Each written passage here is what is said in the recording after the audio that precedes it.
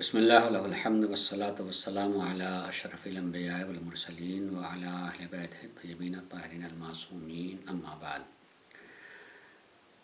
احکام میں آج یہ بتانا مقصود ہے کہ اگر ہم نے روزہ رکھا ہے تو ہمیں پتہ ہونا چاہیے کہ کن چیزوں سے ہمارا روزہ باطل ہو جاتا ہے، روزہ نہیں رہے گا۔ اگر آپ عملیہ کو یعنی توضیح المسائل کو یعنی جن کی آپ تقلید کرتے ہیں ان کے مسائل پر نظر رکھیں گے تو چند چیزوں کو بیان کیا کہ ان چیزوں سے روزے باطل ہو جاتے ہیں، اور وہ عدد میں 9 ہیں۔ اس میں سے چند چیزوں کا تذکرہ کر رہا ہوں۔ سب سے پہلی چیز کھانا پینا۔ اگر انسان نے روزہ رکھا ہے اور روزہ رکھنے کے بعد وہ کھا پی لیتا ہے تو اس کا روزہ باطل ہو جائے گا۔ کھا پی لینے کا تعلق یقیناً دو نوعیت کا ہوگا۔ جان بوجھ کے کھانا، پتہ ہے کہ میں روزے سے ہوں اور پھر بھی کھا رہا ہے یا پانی پی رہا ہے۔ ایک بھولے سے کھانا کہ آدمی پہلا روزہ تھا یاد نہیں رہا اور بھولے سے کھا لیا، اس میں چند مسائل ہیں۔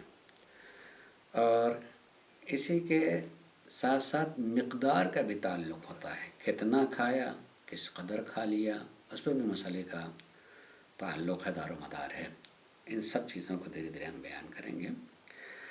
کھانا پینا، اس کھانے پینے میں یقیناً اگر آدمی جانتا ہے کہ میں روزے سے ہوں اور کھا پی رہا ہے تو وہ تو خود جان کے روزہ توڑ رہا ہے، اس کا روزہ نہیں ہوگا۔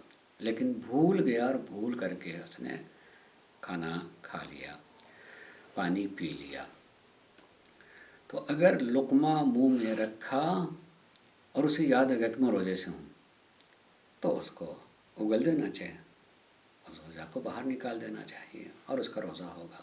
کھا لیا اور یاد آیا کہ میں روزے سے ہوں تب بھی اس کا روزہ ہو جائے گا اور ان کو کلی وغیرہ کر لینا چاہیے اور انشاءاللہ اس کا روزہ ہوگا، چونکہ اس نے جان بوجھ کر کے ایسا اقدام نہیں کیا تھا بلکہ بھول کر کے ایسا کیا تھا، لہذا اس کا روزہ رہے گا۔ اس میں وقت کی بھی کوئی قید نہیں ہے کہ صبح میں ایسا کیا، ظہر کے وقت ایسا کیا، ظہر بعد ایسا کیا، غروب کے قریب میں ایسا کیا، کسی وقت بھی ایسا ہو گیا ہے، بھولے سے ہوا تو اس کا روزہ صحیح رہے گا۔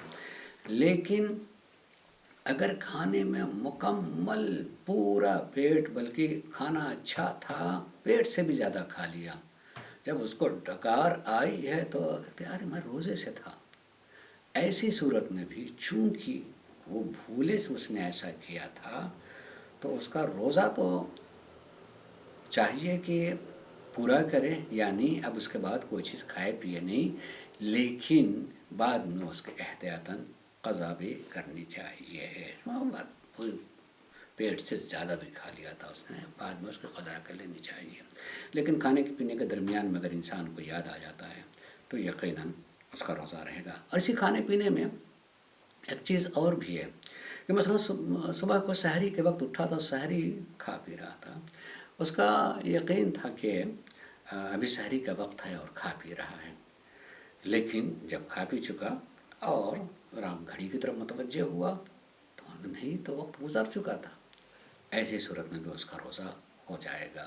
لیکن جیسے ہی پتہ چلا کہ مطلب کھا رہا ہے سحری کے طور پر، منہ میں لقمہ بھی لیے ہوئے ہے اور گھڑی پر نظر پڑ گئی اور ایک دم سے یقین آیا کہ نہیں تو وقت گزر چکا ہے، تو منہ میں جو لقمہ لیے ہوئے تھا اگر وقت کا یقین ہو جانے کے بعد بھی اس کو نگل لیتا ہے تب تو روزہ نہیں ہوگا، لیکن اس کو فوراً اس لقمے کو نکال لیتا ہے اور یہ کر لیتا ہے تو اس کا روزہ ہو جائے گا۔ بھول سے ایسا ہوا تو بھول کر کے کھا پی لینے سے روزہ باطل نہیں ہوتا ہے۔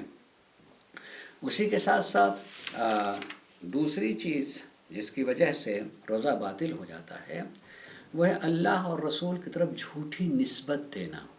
اگر وہ کوئی شخص اللہ اور رسول کی طرف جھوٹی نسبت دے، مثلا اسے یقین ہے کہ یہ معصوم نے نہیں کہا ہے اور یہ کہے کہ معصوم نے کہا ہے، تو تو اس کا روزہ باطل ہو جائے گا۔ جیسے مثلاً کسی کو یقین دلانے کے لیے کہ میں بات اپنی طرف سے نہیں کر رہا ہوں، یہ تو اللہ رسول کا فرمان ہے، خالی یقین دلانے کے لیے، جبکہ وہ اندر سے جانتا ہے کہ یہ اللہ رسول کا قول نہیں ہے اور روزہ رکھے ہوئے اس طریقے سے کہہ رہا ہے، تو اس کا روزہ ٹوٹ جائے گا، اس کا روزہ صحیح نہیں رہے گا۔ اللہ ہم سب کو احکام کے مناسبت سے روزہ رکھنے کی توفیق عنایت فرمائے۔ وآخر دعوانا الحمد للہ رب العالمین۔